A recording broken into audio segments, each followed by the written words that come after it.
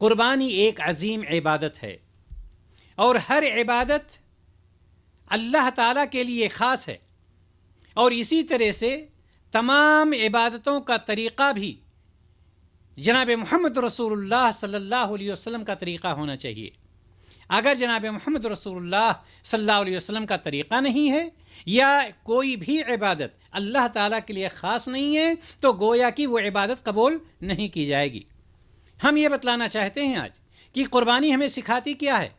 سب سے پہلی چیز آپ یہ جان لیں کہ قربانی ہمیں متقی اور مخلص بنانے کے لیے ہر سال آتی ہے۔ اللہ تبارک و تعالیٰ نے یہ روٹین جو رکھی ہے ہمیشہ ہر سال آتی رہتی ہے، یہ ہمیں اور آپ کو متقی اور مخلص بنانے کے لیے۔